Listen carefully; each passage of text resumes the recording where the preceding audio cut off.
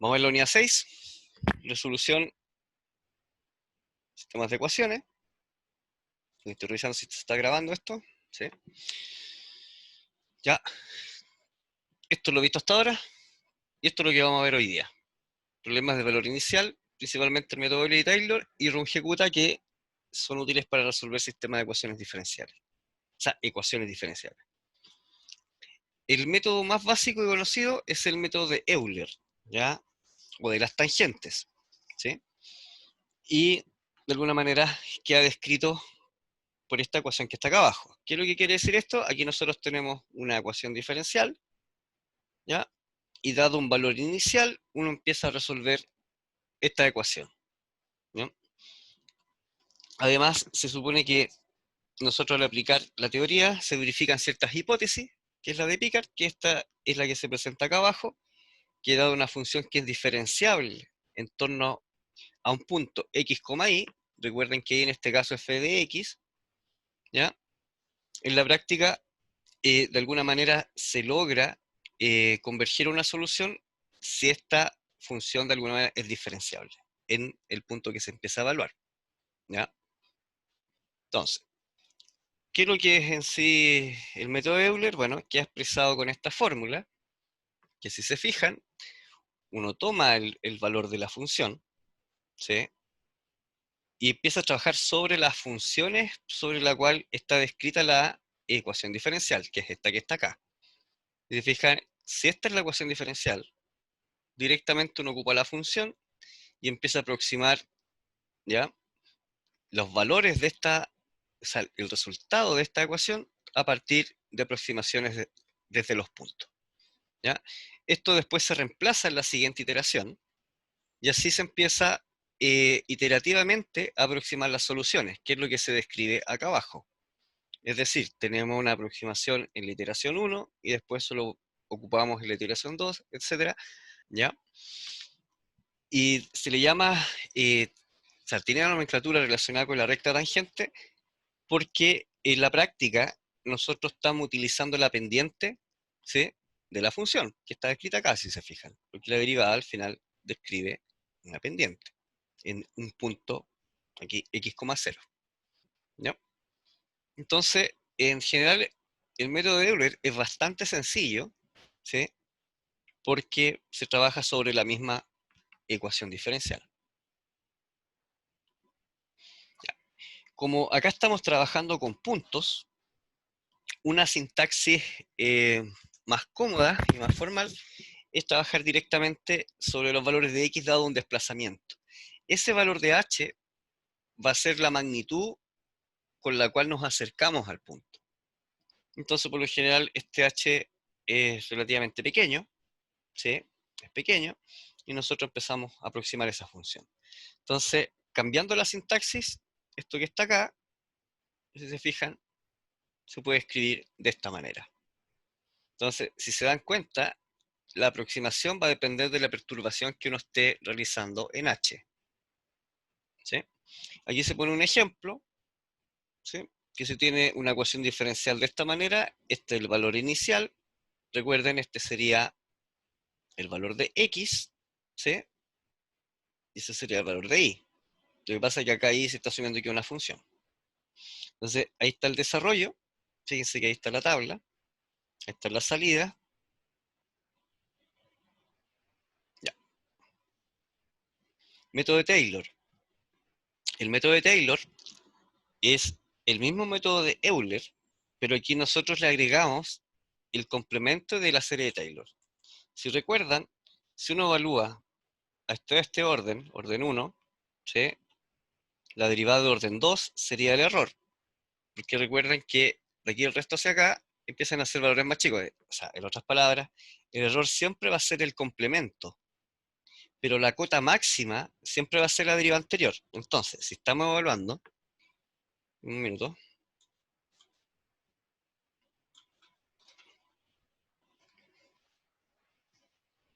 ya. Si estamos evaluando la función hasta acá, el error es todo hacia allá.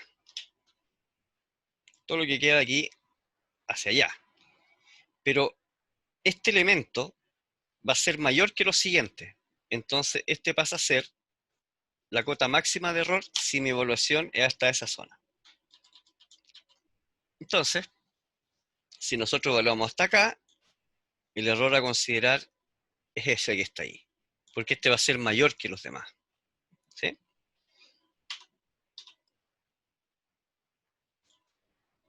Ya. Es así para...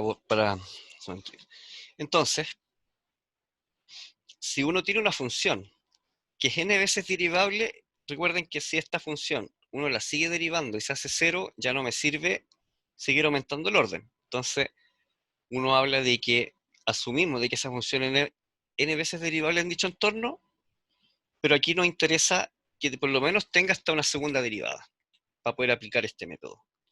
Este método tiene la misma forma que el método de Euler, pero uno va a ocupar un complemento. Como ese complemento, cómo se escribe en general, si se fijan, aquí está la aproximación, asumiendo que tenemos la serie infinita de Taylor. ¿Sí? Y aquí aparecen unos conceptos de errores locales, que después los vamos a ver en repetidas ocasiones, donde aparece el error local y el error global. En general, el error global siempre es mayor que el local, es un orden mayor. ¿Ya? Y acá el error local va a ser proporcional, fíjense, al valor de h, ¿ya? Que es el tamaño del trozo, elevado n más 1 veces. ¿Por qué? Porque nosotros estamos evaluando hasta n. Entonces, este valor cada vez es más chico, a medida que uno agrega más elementos. ¿Sí? Entonces, ¿qué es lo que se necesita acá construir? Acá necesitamos la primera y la segunda derivada. Pero si se fijan, la primera ya la tenemos porque es la propia ecuación diferencial. Entonces, aquí lo que se necesita es calcular la segunda derivada. Que una forma de calcularla es aplicando esta fórmula que está acá. ¿Ya? Que la derivada de f en función de x más el complemento. ¿Sí? La derivada de y por la propia función. Entonces, tal como dice acá, el método de Taylor de orden 1 no es más que el método de Euler. ¿Por qué? Porque quitamos todo esto que está aquí hacia allá, si se fijan. ¿Ya? Queda igual que este método que está aquí. Ahora, si vamos a aplicar el método de orden 2, necesitamos esa derivada que está acá. Porque si se fijan, este que está aquí es Euler. Ahora con esto sería el método de Taylor. ¿Sí? Entonces, siguiendo lo mismo que estábamos haciendo acá, ¿ya? Ahora se aplica esa fórmula con la segunda derivada. Aquí se pone un ejemplo numérico de que se tiene esta ecuación diferencial, ¿sí? Y se tiene que calcular la segunda derivada del coseno, que es esta que está aquí. ¿Sí? La primera ya la tenemos, si se fijan. ¿Ya? Fíjense. Ahí está ese que está ahí, y por eso aparece de nuevamente el coseno adentro. Porque ahí ya está descrita la primera derivada. ¿Ya? Entonces acá hay un desarrollo que más o menos va indicando cómo es la ecuación diferencial a medida que cambia los valores de x. Ya, ¿cuál es el error local acá? Bueno, este error es más chico que el de orden 1. Si se fijan, mira, aquí sale h a la 3. ¿Sí? Recuerden que el h va a ser, por lo general va a ser menor que 1, 0, y algo. Entonces, a medida que uno eleva, ¿cierto? Ese error tiende a ser cada vez más pequeño. Entonces, este número que está acá, si se fijan, es más grande que este que está acá, a pesar que uno ve que tiene una potencia menor. ¿Por qué? Porque estoy elevando un número menor que 1. ¿Sí? Entonces, este tiene un orden mayor que el error local que estaba acá. ¿Sí? Entonces, ya, si se van dando cuenta, el error está siendo proporcional al tamaño del intervalo. Ya. Método Runge-Kutta. Bueno, el método Runge-Kutta en general lo que aplica es el cálculo integral. Y aquí es donde se junta con la materia de la unidad anterior, donde en qué varían los diferentes métodos Runge-Kutta, principalmente en cómo es calculada esta integral que está acá. ¿Ya? Si se fijan lo que uno está haciendo aquí, aquí está la ecuación diferencial. Para poder resolverla, uno integra, ¿cierto? ¿Qué es lo que está representado acá? Entonces, una manera de hacer esa integración es aplicando estos métodos. Entonces, de ahora en adelante lo que vamos a ver es cómo se aplican los trapecios y los cálculos de Simpson, las fórmulas de Simpson, para calcular esta integral. ¿Ya? Entonces, en términos generales, el método Runge-Kutta es esta expresión que está acá. ¿Sí? Y cuando se llaman problemas paso a paso, no es directamente las iteraciones, para que no lo confundan con las iteraciones, sino que el paso indica en qué instante uno va obteniendo una aproximación de esta ecuación diferencial. Por ejemplo, si en una iteración necesito dos cálculos aplicados sobre estas aproximaciones diferenciales, significa que ese método es de dos pasos. Más adelante van a notar que aparecen pasos intermedios, es decir, pequeñas aproximaciones que están en los métodos, pero que nos devuelven el valor final. Eso ustedes lo pueden asumir que es un paso. ¿Ya? Entonces, la primera variante del método Runge-Kutta es aplicar el método de los trapecios. Y si se fijan, aquí está la fórmula del cálculo del trapecio, pero ahora evaluando sobre las funciones f de x, y y la siguiente posición. O sea, están las dos posiciones y ahí se calcula el área. Este es el complemento que va acá, donde necesitamos un valor inicial. ¿Sí? Ese valor inicial, por lo general, está en el dominio de la ecuación diferencial. Entonces, como si ustedes se fijan, acá se necesita un valor siguiente. Nosotros solo tenemos un valor de i. ¿Sí? Entonces, primero necesitamos hacer una aproximación de esta componente. Como es una aproximación, generalmente se denota con barrita para indicar que no es el valor actual. ¿Sí? Entonces, para hacer esa aproximación, uno puede aplicar Euler, si se fijan. Aquí está Euler, que fue la primera ecuación que vimos en la presentación. Entonces, uno aplica Euler en ese punto, ¿ya? Y después ya los otros puntos son conocidos, y ahí uno empieza a iterar. Y ahí está el cálculo integral. Entonces, ¿en qué se transforma el método de Runge-Kutta de segundo orden en esta ecuación que está acá abajo? ¿Ya? ¿Se fijan? Entonces, en otras palabras, si uno tiene programados los métodos, tengo programado Euler, aquí tengo que llamar Euler en las iteraciones. ¿Sí? Ya vamos a sacar de arriba. Entonces, este sería el Runge-Kutta de segundo orden, donde se aplica Euler y la regla de los trapecios. Perdón, el área de los trapecios, de la integral. Ya. Por lo general, en los libros, ustedes van a encontrar la nomenclatura con K1, K2, hasta K sub n, dependiendo del método de Runge-Kutta. Y eso no es más para poder simplificar un poco la expresión con la cual se resuelve la ecuación diferencial y de esa manera eh, comparar los diferentes métodos de Runge-Kutta. Pero esos K no son más que los componentes de la propia ecuación. En este caso está K1, ¿sí? Que es la función multiplicada por esa magnitud, que esa magnitud, recuerden, la diferencia de los puntos, en X, y K2 es el siguiente elemento, ¿sí?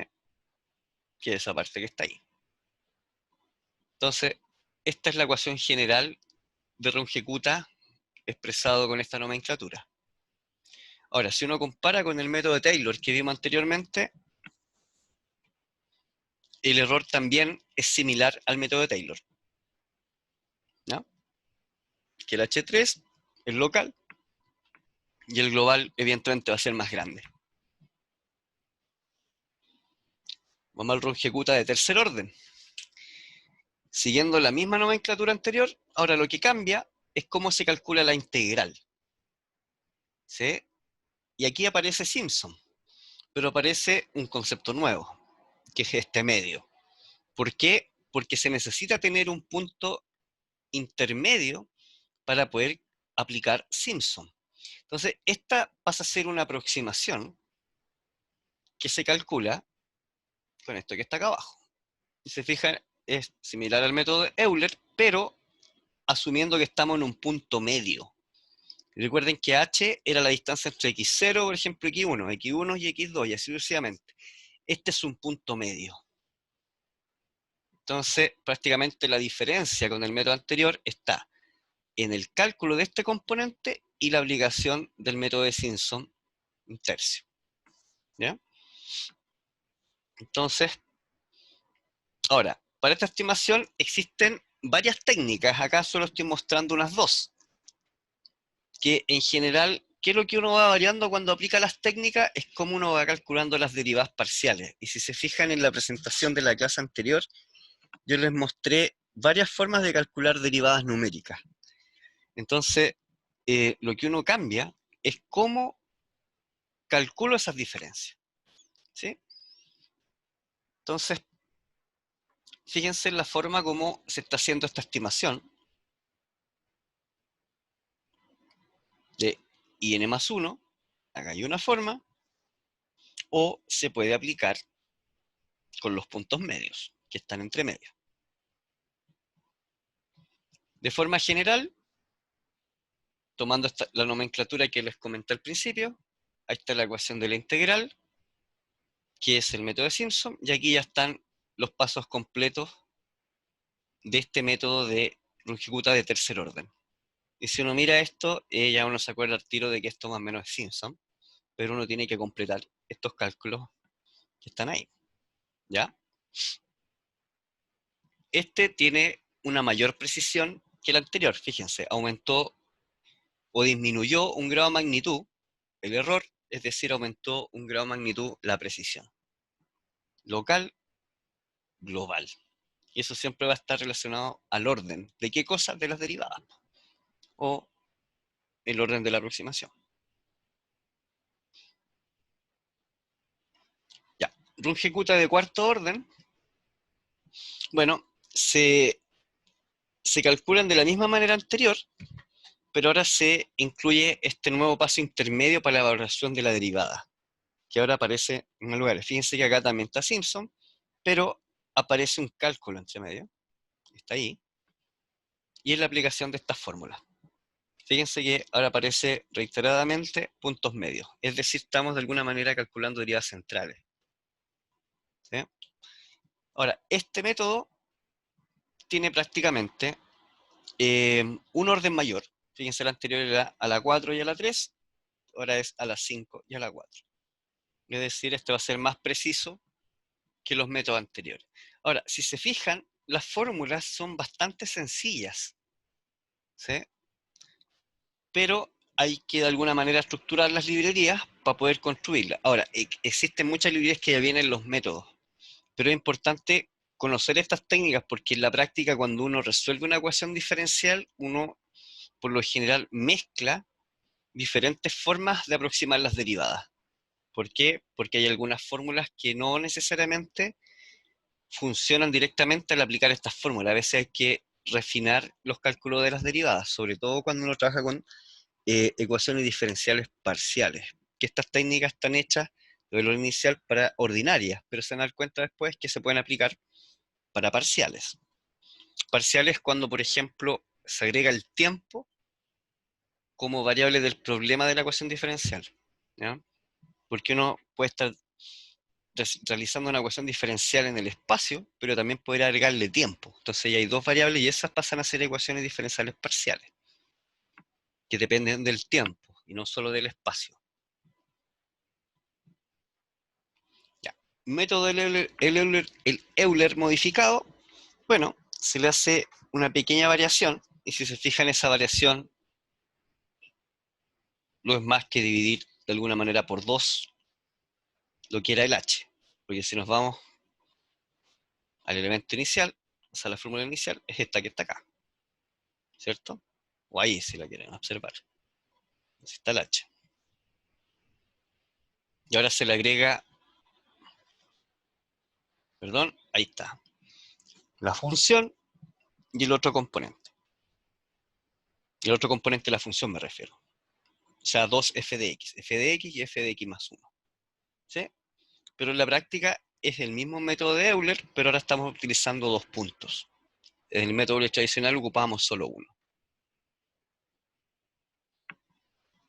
Ya. Estas técnicas, cuando trabajo en más de una dimensión, uno necesita saber los vecinos. Entonces, ¿qué es lo que uno hace ahí?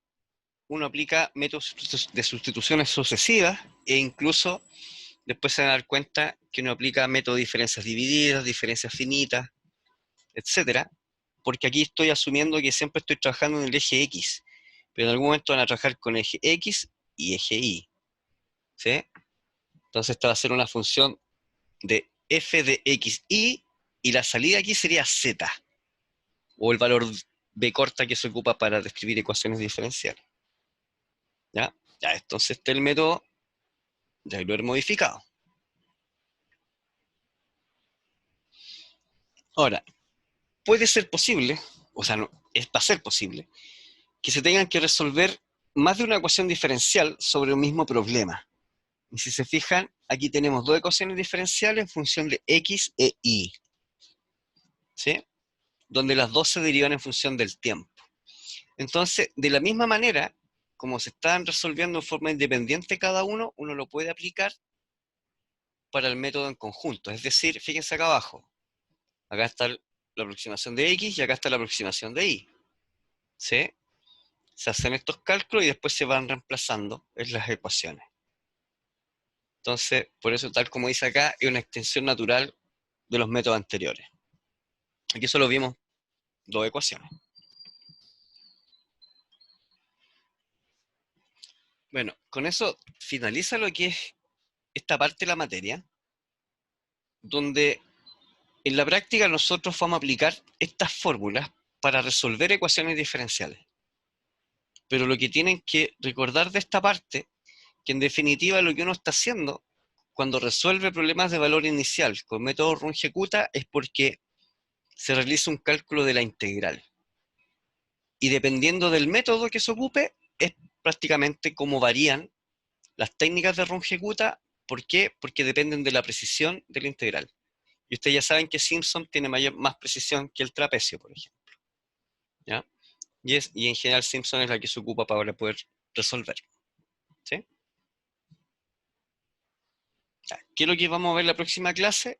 Bueno, una extensión de los métodos Runge-Kutta y de valor inicial, pero ya con métodos multipaso, donde se agrega algo que se llama predictor y corrector. Entonces el primer paso es un predictor que predice el punto que, que va a dar como resultado la ecuación diferencial, un punto intermedio, y después se procede a corregir y a iterar. Método adaptativo es principalmente asociado a lo que es el cálculo integral adaptativo. Y después vamos a ver las ecuaciones de recurrencia y finalizando esta unidad vamos a ver cómo resolver otro tipo de ecuaciones diferenciales y donde la inestabilidad y todo lo relacionado con la inestabilidad de estos métodos la vamos a ver en el laboratorio y en el trabajo de laboratorio y la próxima prueba que van a tener. ¿No? Entonces ahora, si hay algunas consultas, en el momento de responderlas.